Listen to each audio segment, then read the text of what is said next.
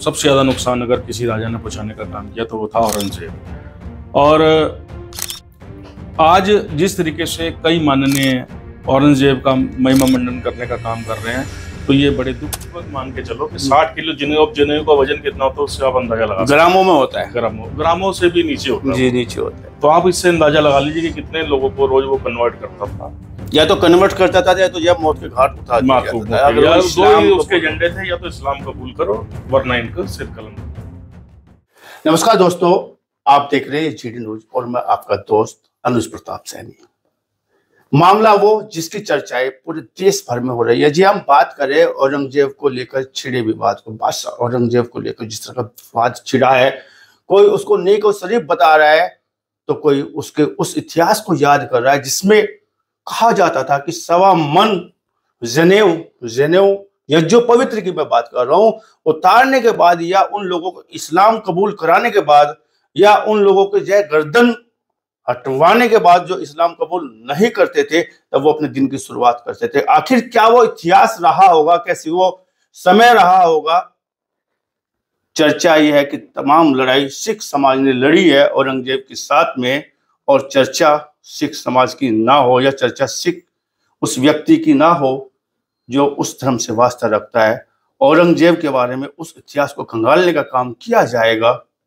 अब्बू आजमी साहब विधायक का बयान आया है नेक दिल को लेकर उनके, और बयान आया है सांसद इमरान मसूद का। आखिर पूरी वजह क्या है, माजरा क्या है, बात करेंगे, चर्चा करेंगे। हमारे साथ में जुट चुके हैं भाजपा के वरिष्ठ नेता गुरप्रीत सिंह बग्गा, आप महानगर अध्यक्ष हैं पंजाबी सिख महासभा के। तमाम तरह की चर्चा की जाएगी और चर्चा इस बात की भी की जाएगी, विश्लेषण किया जाएगा औरंगजेब आखिर किस तरह का व्यक्ति का था, नेक दिल था या जनेऊ उतरवा कर या इस्लाम कबूलने वाला था। जी, आपका बहुत बहुत स्वागत है जीडी न्यूज में। नमस्कार। शुरुआत यही से करते हैं कि जिस तरह समाजवादी विधायक अब्बू आजमी का बयान आया है कि नेक दिल था बादशाह औरंगजेब, साथ में उस बयान से अपना समर्थन दिया है सहारनपुर के सांसद इमरान मसूद ने। क्या कहना चाहेंगे गुरप्रीत सिंह बग्गा इस बयान को लेकर? देखिए, बड़ा बचकाना बयान है ये। या तो उन्होंने इतिहास पढ़ा नहीं है या उनको इतिहास की जानकारी नहीं है। देखिए, औरंगजेब के बारे में ये कहा गया है इतिहास के अंदर, जो सिख इतिहास में लिखा गया हुआ है कि ये बहुत ही क्रूर राजा था, और पोजीशन उसकी ये रही है कि वो लगभग 1.25 मन जनेऊ रोज उतारता था, उसके बाद वो अन्न का जाना सकता था। जी, मतलब परिस्थितियां ये थी कि वो इतने लोगों को जो है इस्लाम धर्म कबूल कराता था। 1.25 मन का मतलब समझिएगा ये लाखों लोगों में समझ आया होगा। 60 किलो जनेऊ। जी, और कच्चा मन बोलते हैं 40 किलो को, पक्का बोलते हैं 80 किलो को, यानी कि ये 40 किलो तो कम से कम रहते होंगे। 40 किलो तो कम से कम रहते हैं। 60 किलो माने आप, 60 किलो लगभग मान के चलो कि 60 किलो जनेऊ का वजन कितना होता है उससे आप अंदाजा लगा। ग्रामों में होता है, ग्रामों से भी नीचे होता है। जी, नीचे होता है। तो आप इससे अंदाजा लगा लीजिए कि कितने लोगों को रोज वो कन्वर्ट करता था, या तो कन्वर्ट करता था या तो जब मौत के घाट उतार दिया जाता था। दो ही उसके एजेंडे थे, या तो इस्लाम कबूल करो वरना इनका सिर कलम कर दो। दो ही एजेंडों पे उसने काम किया। और जिस तरीके की उसका 50 साल का इतिहास रहा है, उसने 50 साल लगभग 40 से 50 के बीच में 40-45 साल उसको राज रहा है। उसने राज रहा है। उस राज के अंदर उसने सबसे पहले तो अपने जो उसका बाप था शाहजहां, उसको कैद कर दिया। पिता को नहीं बख्शा, अपने पिता को नहीं बख्शा। 7 साल तक लाल किले के अंदर उसने कैद रखा उसको, आगरा के लाल किले। जी, आगरा में, सॉरी आगरा के ताजमहल। आगरा में भी किला है वही, ताजमहल। तो वहां उसने कैद रखा। और आप ये मान के चलो, ना केवल कैद रखा, पानी को भी मोहताज रखा। दूसरी एक और चीज सबसे बड़ी बात रही कि उसने अपने भाई दारा शिकोह को, उसको पहले कैद करा, फिर उसको जो है उसका कत्ल कराया। तो जो शासक अपनी गद्दी बरकरार रखने के लिए अपने परिवार को न छोड़ा हो और अपने परिवार के ऊपर भी जुल्म ढाता हो, तो ऐसे आदमी को आप कैसे कह सकते हो कि वो एक अच्छा शासक था? हिंदुओं पर जजिया कर लगाया उसने, शिवाजी महाराज के पुत्र संभाजी महाराज का जो है उनको शहीद किया। मतलब तमाम उसके अगर देखा जाए, तमाम उसने मंदिर तोड़े, तमाम उसने जो है गुरु तेग बहादुर साहब को, जब ये पूरी मूवमेंट चली तो उनका एक शेर अली करके जो उनका एक वजीर था, जो कश्मीर का वजीर था, उस शेर अली से उन्होंने कश्मीरी पंडितों का प्रताड़ित करना शुरू करा। और वहां पे पंडित कृपा राम जी जब अपना एक डेलीगेशन लेकर गुरु तेग बहादुर साहब 9वें गुरु के पास आए जी, और उन्होंने उनसे आके मदद मांगी, तो उन्होंने फिर अपनी शहादत दी। गुरु तेग बहादुर साहब के साथ साथ अगर देखा जाए तो इसका एक सिपह सलार था वजीर खान, जो सरहंद का जो है वजीर था जी। उसके द्वारा इसने गुरु गोविंद सिंह महाराज जी के 2 पुत्रों को जंग में शहीद कराया और 2 पुत्रों को दीवार में चिनवा दिया गया। इतिहास, ये सब चीजें ऐतिहासिक हैं और जो इतिहास में लिखी गई हैं, जो हम पढ़ते भी हैं और उसको सुनते भी हैं। और इस बातों को से लगता है वो ज्यादा दूर कहां जाए। अगर देखा जाए तो वो अपनी जो उसकी बेटी है, उस बेटी के साथ भी उसने जुल्म उठाया, अपनी बहन के साथ जुल्म उठाया। मतलब उसने अपने परिवार के तक को नहीं छोड़ा, अपने जो है हिंदू धर्म को नहीं छोड़ा, सनातन धर्म को नहीं छोड़ा, सिख धर्म के जो हमारे 9वें गुरु थे उनको जो है शहीद कराया। सममन जनेऊ जो रोज उतारता हो, रोज उसके बाद अन्न का दाना छकता हो, तो ऐसे क्रूर राजा को आप कह रहे हो कि बहुत ही महान राजा था, तो बहुत ही शर्मनाक बयान है। और किताबों में पढ़ा हुआ अगर वो बयान पढ़ रहे हैं, तो जो धर्म ग्रंथों में बयान लिखे हैं, जो उनकी जो साखियां लिखी हुई हैं, तो वो जुटला रहे हैं उस चीजों को। तो इन चीजों को समझना पड़ेगा। भूगोल बदला जा सकता है बग्गा जी, लेकिन हमारे माननीय तो जो है इतिहास बदलने के प्रयास में लगे हैं। और बड़ा नेक दिल बताया जा रहा है बादशाह औरंगजेब को, जिसने तमाम तरह के जो है कत्ल किए हैं उन लोगों के जो हिंदू धर्म में वास्ता रखते थे, सिख धर्म में वास्ता रखते थे। या तो उतार दीजिएगा जनेऊ, या तो इस्लाम कबूल कर लीजिएगा। और आज उसको नेक बताया जा रहा है। आखिर हमारे माननीय को हो क्या गया है? बात मैं अब्बू आजमी की कर रहा हूं, मैं बात इमरान मसूद साहब की कर रहा हूं। कहना क्या चाहेंगे? देखिए, मैं आपको बताऊं कि कहना तो देखो, इसमें बहुत सी चीजें कहने की हो सकती हैं, लेकिन उनको समझना पड़ेगा कि औरंगजेब का इतिहास क्या था जी, उसके कर्म क्या थे। उसने अगर 49 साल राज किया है, तो उस 49 सालों में उसके कर्म क्या रहे हैं। उसने अपने भाइयों के साथ क्या व्यवहार किया, उसने अपने माता पिता के साथ क्या व्यवहार किया, उसने अपनी बच्चियों के साथ क्या व्यवहार किया, उसने अपनी बहनों के साथ। आपको पता है उसने अपनी बहन की शादी तक नहीं होने दी। उनके यहाँ पर एक फारसी के कवि हुआ करते थे, भाई नंदलाल जी। तो एक बारी का वाक्य आना कि उसने फारसी के अंदर कुछ एक शब्द लिखे, तो उसने कहा भी इसका जो है तर्जमा करो, तर्जमा कीजिएगा, अनुवाद कीजिएगा इसका। तो तर्जमा कर नहीं पाए, तो भाई नंदलाल जी ने उसका तर्जुमा किया।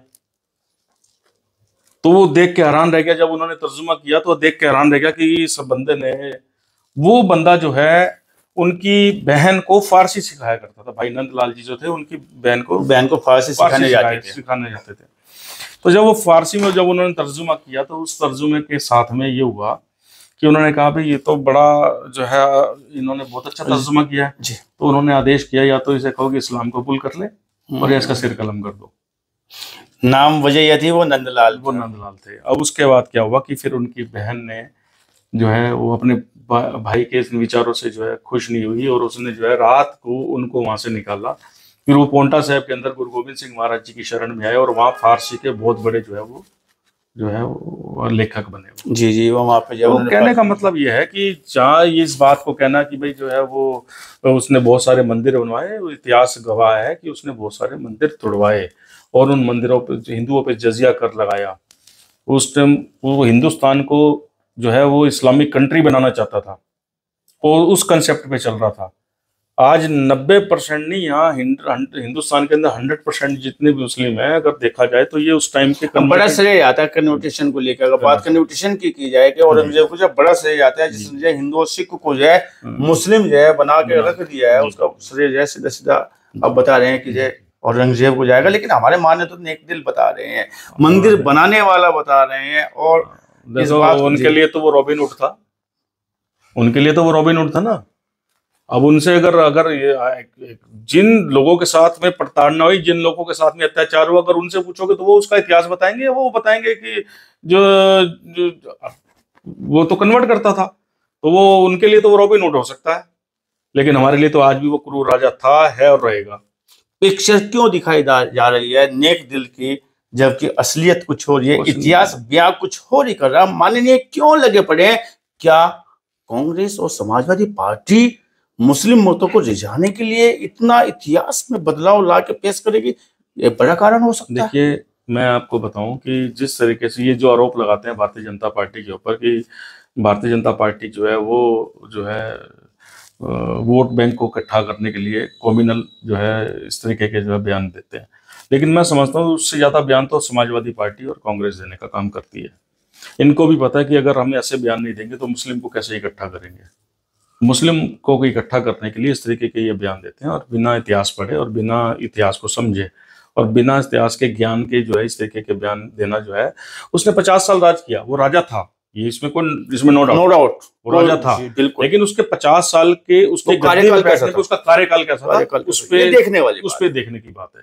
वो 50 साल राजा था, वो 50 साल उसने राज किया। उस राज को चलाने के लिए उसने जो भी उसके रास्ते में आया, चाहे उसके परिवार के लोग थे, चाहे उसके अपने खून से जो है अपना खून था, चाहे उसने उसको किसी को नहीं बख्शने का काम किया। और जब उसने अपने खून को नहीं बख्शा तो आप कैसे अंदाजा इस बात को कह सकते हो कि उसने हिंदू धर्म या सनातन धर्म को बख्शने का काम किया हो। माननीय की भाषा क्या समझ पाएगा समाज या हमारा देश, जब माननीय बताने पर आतुर है कि नेक दिल था औरंगजेब, वोट चाहते हैं, कन्वर्ट करना चाहते हैं और वोटों के लिए लुभावना चाहते हैं। क्या हमारा देश या हमारा समाज इस भाषा को समझ पाएगा? देखिए, मैं भी आज वीडियो देख रहा था कि अबू आजमी साहब ने तो अपनी इस बयान को पे माफी भी मांग ली है, तो आप इससे समझ सकते हैं ना कि भाई उनको समझ में आ गई कि भाई ये मैं जो मानते हैं बचकाना बयान था, 100% बचकाना बयान था, इसीलिए तो उन्होंने अपने सांसद